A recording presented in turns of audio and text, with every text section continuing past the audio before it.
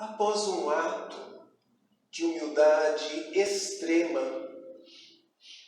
lavando os pés de todos os discípulos, Jesus retoma o seu lugar junto à mesa para que pudesse realizar a última ceia da Páscoa com seus amados. Ao término deste singelo banquete, o Mestre eleva os olhos ao céu e começa a orar. Pai Santo, eis que é chegada a minha hora. Acolhe-me em teu amor. Eleva o teu Filho, para que ele possa elevar-te entre os homens, no supremo sacrifício. Todos os corações envolvidos e emocionados com os sentimentos à flor da pele, escutam religiosamente em silêncio a oração de Jesus. Este momento ficou gravado de uma forma muito intensa nos corações daqueles nossos irmãos. E podemos dizer, nos nossos.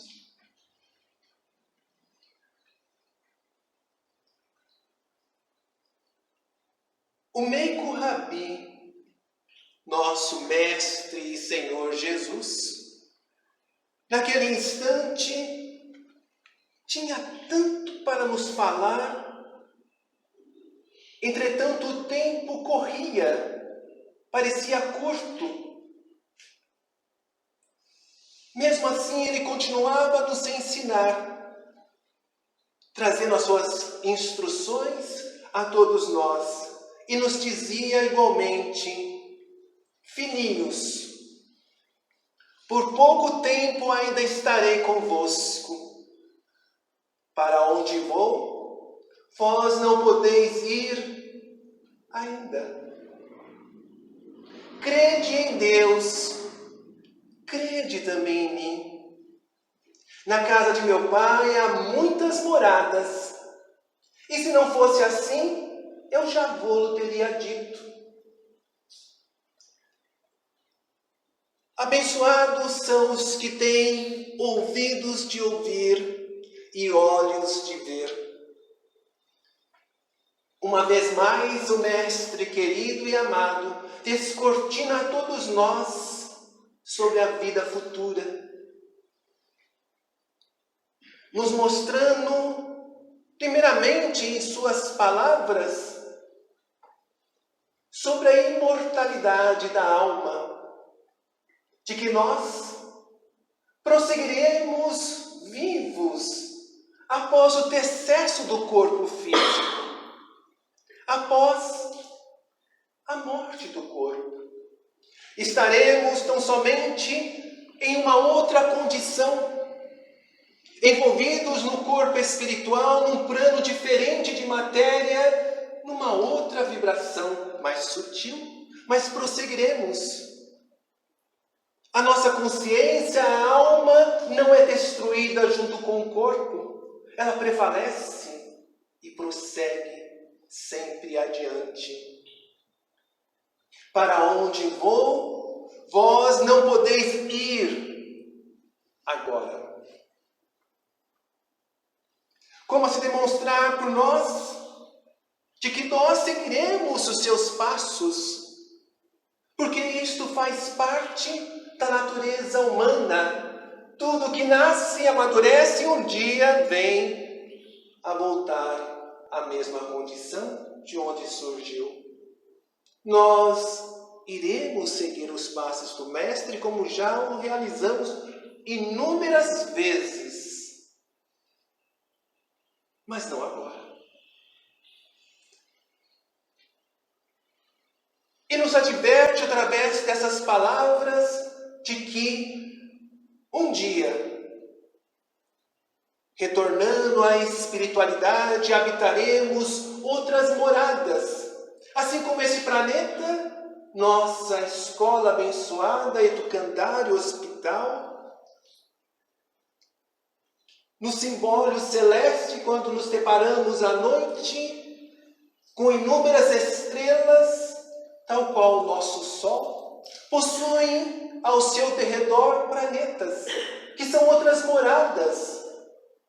E a doutrina espírita vem nos esclarecer que as moradas não são apenas físicas, mas também espirituais.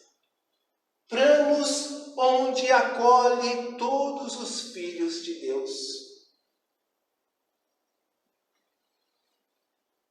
Ninguém jamais ficará desamparado. Todos nós receberemos o acolhimento quando chegar o momento.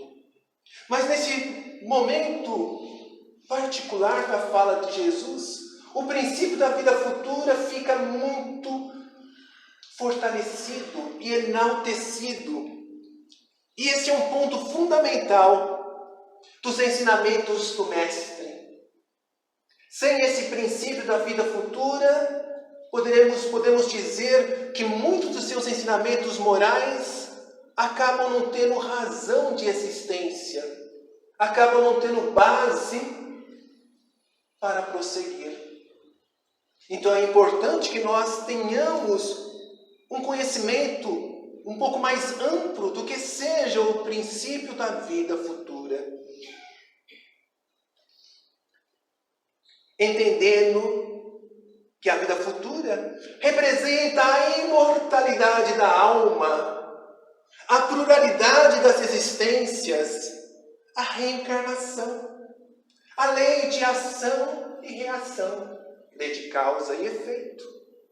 Então, quando nós começamos a ampliar o nosso entendimento sobre esses princípios, fica mais factível, mais fácil compreendermos as razões por que estamos aqui, por que habitamos nossa existência. O homem do passado tinha, com naturalidade, uma grande dificuldade para compreender esses princípios. Estava muito voltado às questões da sobrevivência, do dia a dia, talvez não muito distante de nós na atualidade, pois o homem avançou em tecnologia, em comodidades, mas que parece que neste quesito ficou como que cristalizado, congelado. Nos deixamos perder muitíssimo no consumo que a vida material nos oferece, esquecendo a espiritualidade, esquecendo de nós. Infelizmente, hoje em dia, as criaturas apenas utilizam dos ensinamentos de Jesus para conquista monetária, para exercer o poder material sobre outras criaturas. E aquela visão dos ensinamentos de Jesus estreita, muito estreita. Precisamos ampliar, então, o nosso entendimento para não cairmos em ciladas. E é interessante também que Jesus já havia previsto isso. Quantos os tempos chegarem, muitos Cristos se levantarão em meu nome, dizendo: eis-me aqui, eis-me acolá, atentai, vigiai, pois são falsos cristos, são falsos profetas. Vamos abrir os nossos olhos quando estivermos diante da mídia, diante dos aparelhos, das pequenas células, das pequenas televisões, dos celulares, porque muitas vezes estamos sendo enganados por fake news que nos forçam a tomar atitudes que não é muito interessante. Então, a força da matéria, da natureza animal é quase irresistível. Quase irresistível. Kardec questionou os espíritos e eles também falaram isso. A força é quase irresistível, mas não é irresistível. Precisamos opor essa força da matéria à abnegação, à abstenção. Precisamos ter a coragem de começar a diminuir um pouco essa influência que ela exerce sobre nós. E por conta de nos deixarmos arrastar por ela, acreditamos que a vida e a felicidade se encontra no enervante processo de saciar os desejos da matéria. E não é por aí. Após o evento do Horto das Oliveiras, que se segue logo em seguida à ceia de Páscoa, Jesus vai com Simão e os filhos de Zebedeu para o Horto das Oliveiras orar. Mais adiante, uma comitiva, junto com Judas, ali chega. Judas o beija, e esse era o sinal para que os soldados o prendessem. Jesus é levado até os sacerdotes, que o sentenciam à morte. Mas não podendo sacrificar o mestre ali mesmo, por duas razões que ocorriam naquele momento. Uma delas era a Páscoa, e na Páscoa não se podia fazer nada disso.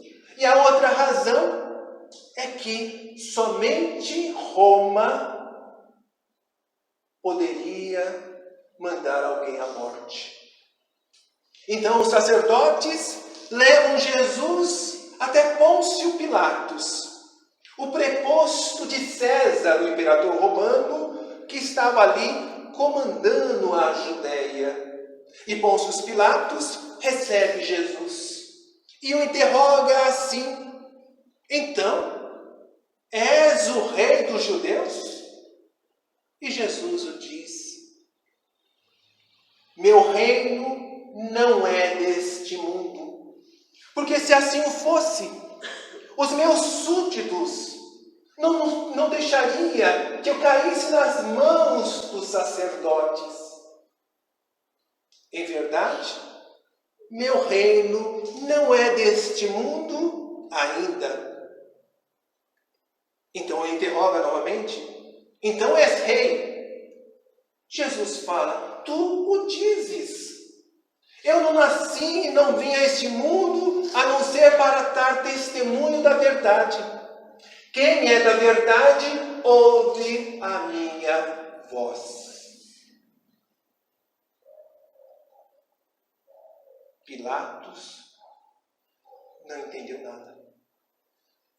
Mas não via em Jesus nada o porquê o levasse àquela condição. Mas Pilatos, ele traz uma representação importante para todos nós.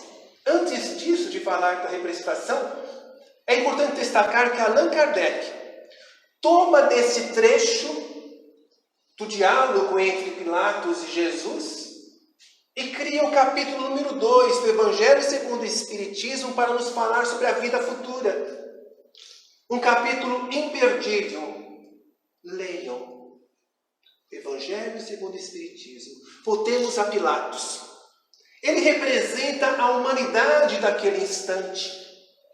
Uma humanidade arraigada nas questões materiais. Uma humanidade com a visão muito estreita. Roma era o império, o poder, e o restante eram aqueles a quem eles escravizavam, a quem eles dominavam.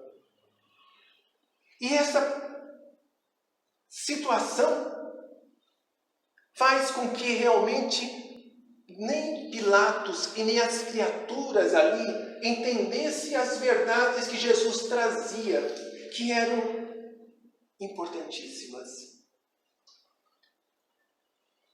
E aí a gente vê uma coisa importante: a natureza não dá saltos. Ou seja, Se naquela época era difícil nossa compreensão, todos nós precisamos percorrer um certo tempo de evolução para compreendermos muitos dos ensinamentos de Jesus. Daí a importância do princípio da vida futura. Sem as existências continuadas, ficaríamos ainda como se no início do nosso processo. A construção efetiva desse reino de Jesus inicia nos corações. É no coração de cada um de nós que ele vai se desenvolvendo.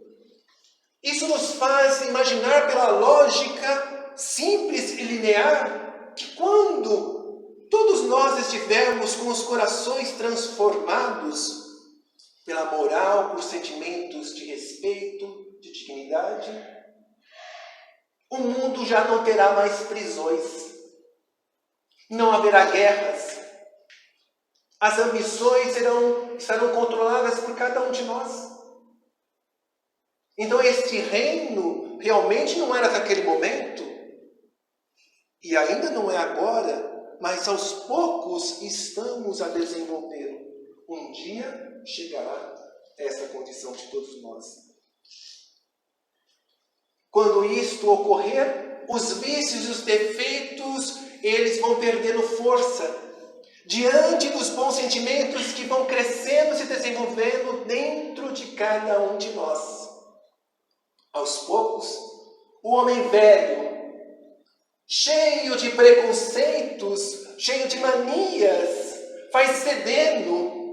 Este homem irracional vai se transformando em uma nova constituição interna, uma nova personalidade mais lúcida, mais amável e mais sábia, vai se fazendo em cada um de nós.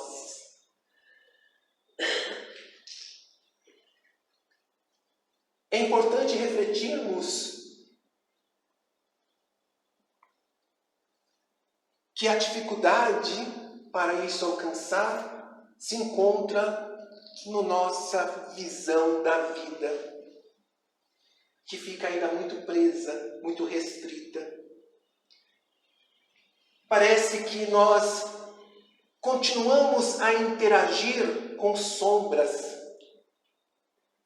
Aquelas sombras projetadas nas paredes, tal qual Platão fala no mito da caverna. E ele estabelece este conto, este mito, para explicar que muitos de nós ainda interagem com as sombras, porque é como se nós tivéssemos nascido dentro de uma caverna. E na porta, no local onde a caverna está aberta, a gente nunca foi lá, mas ali entra a luz do sol. E nós nos movimentando ali, vemos a nossa sombra projetada na parede e começamos a interagir com ela, acreditando que estas sombras são reais. E não são. São ilusões. E o perigo está justamente nessa nossa relação com as sombras dessas ilusões. Porque tudo aquilo que fomos repetindo ad eterno, constantemente, continuadamente, acaba sendo verdade para nós. Acreditamos nas próprias mentiras. Por isso precisamos lutar contra essas fake news. Porque de tanto repeti-las sem saber, começamos a acreditar. Olha o lobo! Olha o lobo! Lembra do Joãozinho falando do lobo? Né? Até que um dia o lobo aparece, né? E as pessoas falam assim, você está brincando, Joãozinho. Não, o lobo existia mesmo, estava lá do ladinho. Né? Então, de tanto falar, a gente pode acreditar nessas mentiras, pode se iludir com elas. Então fiquemos atentos. Precisamos então sair da caverna e confrontar com a luz da verdade que vem de fora, para realmente dissipar essas ilusões que temos. Não ter medo de crescer e romper com as amarras da ignorância. Pois esta é a finalidade da existência, não é para nós gozarmos a vida material como se não tivesse mais amanhã. Aqueles de nós que ficam nesta ideia se perde. Se perde. E muitas vezes não sabe aonde está. Compreender e aceitar as leis universais e divinas e entender que a vida futura, esse princípio do qual falamos, imortalidade da alma, pluralidade das existências, reencarnação, lei de causa e efeito, é um antídoto importantíssimo contra o niilismo e o materialismo, que consome e destrói a todos nós. E se querem provas disso, vejam as estatísticas dos países mais desenvolvidos que não acreditam em nada a não ser na vida atual. O número de suicídios é gritante, e até por crianças. Se frustrou, tira a vida. Perdeu o dinheiro na bolsa, tira a vida. Não tem por que continuar. Por conta da crença no materialismo. E aqueles de nós que precisam de provas em relação ao prosseguimento da existência, abram os olhos e vejam. As provas estão aí. De monte. Mas precisamos ter olhos de ver e ouvidos de ouvir. Uma das primeiras provas fortíssimas que tivemos foi o quê? Jesus retornar ao nosso convívio após a morte física na cruz. Ele retorna, aparecendo primeiro a Madalena e diz a ela: fala aos meus amados que logo estarei com eles. Mas ele tinha morrido na cruz e estava de retorno. E conviveu com os seus amados durante 40 dias para dar as últimas instruções necessárias à divulgação do Evangelho. Ah, mas dizem a Jesus, somente acontece com ele. Se assim não fosse, estaríamos então invertendo as coisas, dizendo que este Deus é um Deus cruel, que amaldiçoa todos os outros filhos e elege apenas alguns como seus filhos diletos. E nunca foi isso que Jesus nos ensinou. Ele sempre nos mostrou de que a lei é única, imparcial para todos, sem exceção. Então a crença na vida futura proporciona ao homem algumas características muito importantes. O homem, ou a mulher, estamos falando do gênero humano, se torna um cidadão comprometido com o bem seu e do próximo. Ele se torna uma pessoa trabalhadora e honesta, protagonista de uma sociedade mais justa e menos desigual. Promove e estimula a educação para todos e se esforça para diminuir todos esses processos que vemos na sociedade. É uma criatura mais espiritualizada, que consegue encarar com serenidade as intempéries da vida. Desfruta do bem-estar sem egoísmo, sabendo colaborar com a felicidade das criaturas e a sua própria, sempre com fraternidade e amor. Então esse convite para que a gente possa compreender de que ampliando a nossa visão sobre a vida, de que ela não termina, apenas continua, de que todos nós temos como herança divina a imortalidade, temos as bênçãos de Deus, que as reencarnações, as leis que regem a vida, nos proporcionam condições de viver uma vida muito bem vivida, com coragem, com esperança e amor. Que possamos refletir e trabalhar isso em nós. E que Jesus nos abençoe.